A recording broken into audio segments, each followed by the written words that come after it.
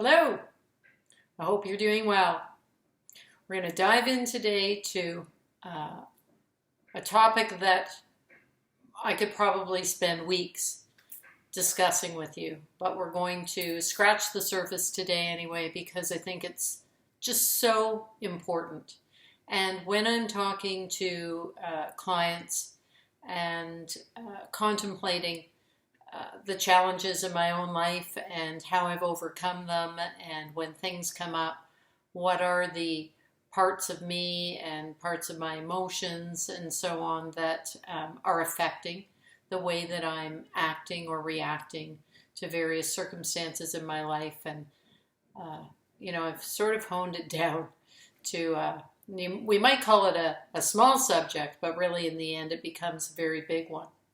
So today we're going to talk about, what if you loved yourself unconditionally? Yes, this is an interesting topic for me anyway. And the cause of almost every challenge that I've seen people have that I work with, or looking again at my own life experience, everything seems to come down to one key item, which is lack of self-worth. Our inability to be loving and kind to ourselves. And it's a bit of an interesting scenario, because I think you would agree that we can find ourselves being very loving and kind and accepting and gentle to other people in our lives when need be, or generally day to day. But when it comes to ourselves, we are so darn hard on ourselves. We do this, we didn't do it right, we could have, we should have, what if, I regret. And it just sort of goes on and on. And a lot of our behaviors that end up keeping us stuck are rooted in that belief that we're not good enough. And a lot of the self-development work that I've been involved in, and that I again work with others on, is rooted in feeling better about ourselves, opening up the heart. So I discussed that in my last video in terms of, especially if you come from a difficult childhood and so on, or you've gone through some major trauma in your life, the shutting down of that heart center becomes a major challenge in the ability to love ourselves unconditionally. And let's have a look at what unconditionally actually means. Because if I loved myself unconditionally, I would never judge myself. I would never have that negative self-talk that says you did it wrong or you could have done it better. I would not be concerned about what other people thought, because again, when we're concerned about what other people think, it's because we're not comfortable with how we think or feel about ourselves. So we're having other people tell us what they think of us, and then we determine our value. But loving ourselves unconditionally, it truly would mean that we're not concerned about what other people think of us. Now, at the same time, I don't think loving ourselves unconditionally means we go and do whatever we feel like. I think that, we are human again. We have a conscience, and we also are attached to consciousness. So that's sort of, what is right and what is wrong on a real basic sense. Like, ideally, we don't steal, we don't lie, we don't cheat another person. Those basic behaviors, human behaviors, we would hope to be acting on and within in order to be comfortable with how we're showing up in the world. But when we love ourselves unconditionally, we're much more likely to be doing that anyway. Because you stop to think about it. How would your day look if you could say, I love you no matter what? No matter what today brings, I love you. You're awesome. You're fantastic. There's nothing you need to do any better. There's nothing you've done that has made you any less a person. I love you unconditionally today. And if that is me going about the day that way, all of a sudden, I'm not worrying about things. I'm not stressing about things.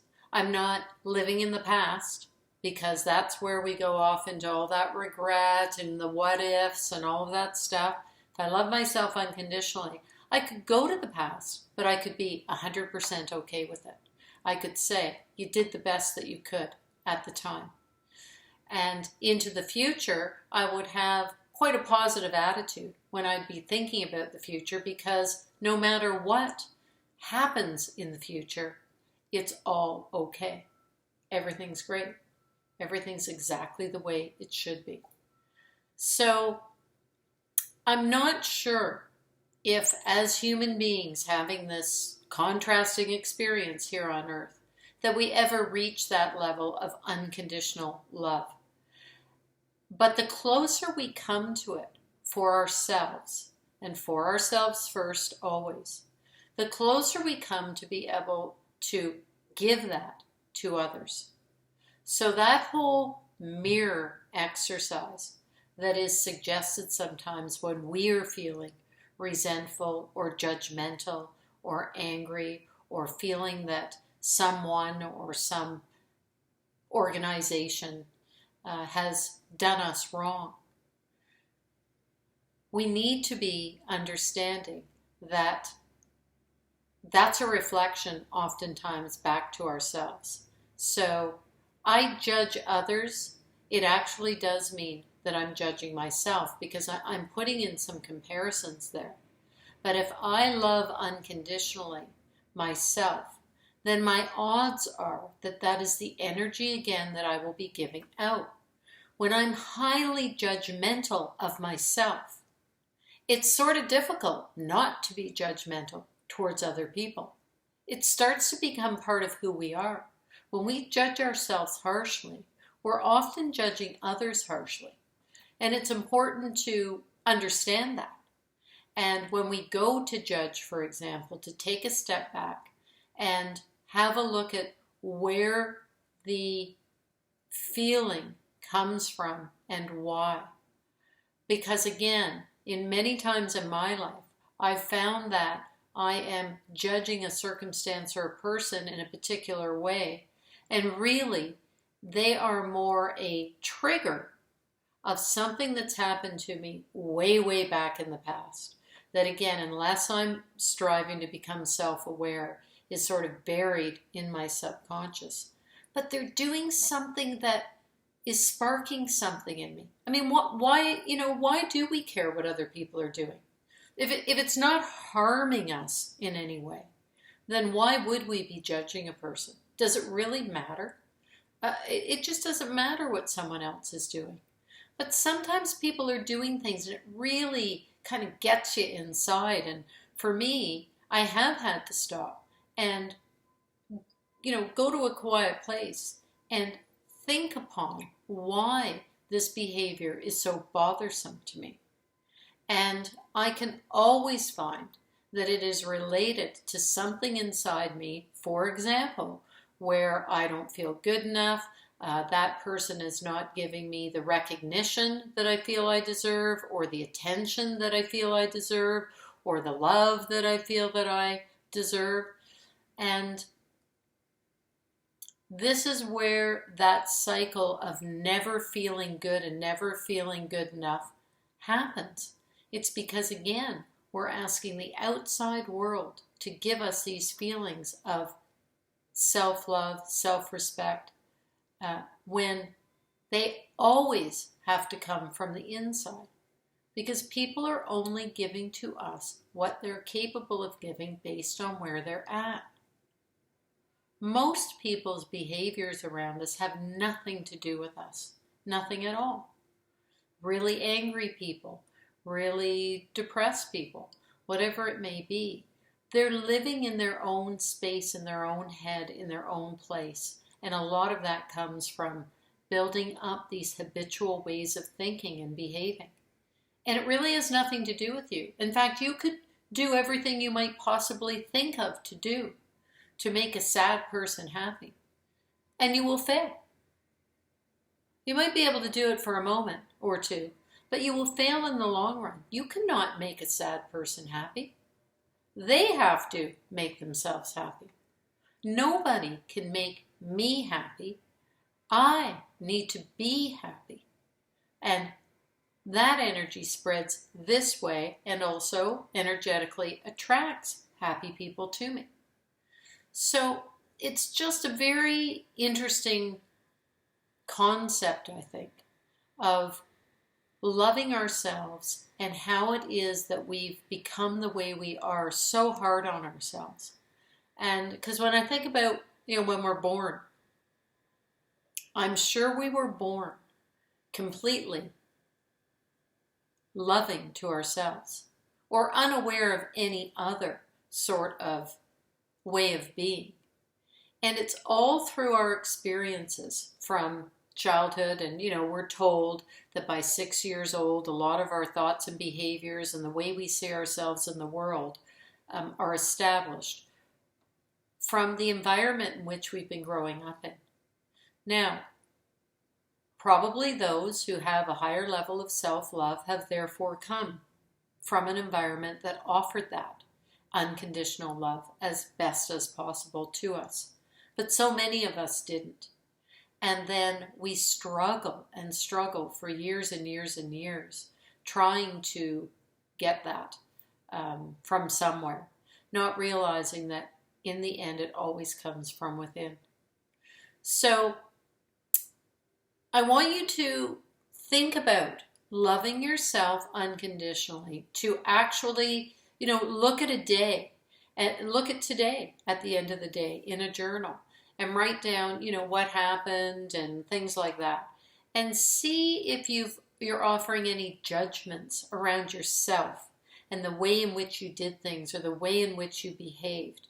And then write down, if I loved myself unconditionally, how would I interpret this day or this challenging circumstance or this relationship that I have with my child or my spouse?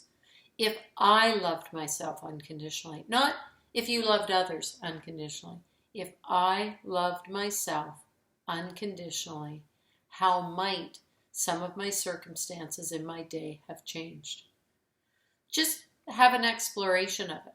I think lack of self-worth is the biggest issue that we have in terms of overcoming our negative thinking and behaviors that keep us stuck.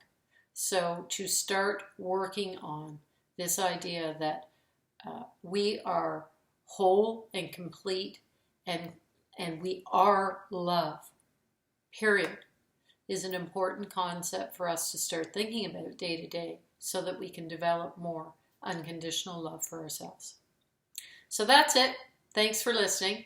I believe you will start to see a heart that looks exactly like my painting on the wall on the video, and you can click it if you'd like to subscribe to the channel.